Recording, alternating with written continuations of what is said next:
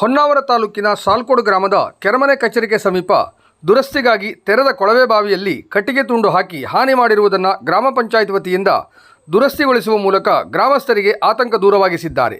ಕಳೆದ 1 ತಿಂಗಳ ಹಿಂದೆ ದುರಸ್ತಿಗಾಗಿ ತೆರೆದ ಬೋರ್ವೆಲ್ನಲ್ಲಿ ಕಟ್ಟಿಗೆ ತುಂಡು ಹಾಗೂ ಕಲ್ಲು ಹಾಕಿ ಕಿಡಿಗೇಡಿಯೊಬ್ಬರು ಹಾನಿ ಮಾಡಿದ್ದರು. ಘಟನೆಯ ಬಳಿಕ ಗ್ರಾಮಸ್ಥರು ಗ್ರಾಮ ಪಂಚಾಯತ್ ಸದಸ್ಯ ಸಚಿನ್ ನಾಯ್ಕ್ ಇವರ ಗಮನಕ್ಕೆ ತಂದಾಗ ಅಧಿಕಾರಿಯೊಂದಿಗೆ ಘಟನೆ ಬೆಳಕಿಗೆ ಬಂದ ದಿನವೇ ಸ್ಥಳ ಪರಿಶೀಲನೆ ಮಾಡಿ ಗ್ರಾಮಸ್ಥರಿಂದ ಮಾಹಿತಿ ಪಡೆದಿದ್ದರು.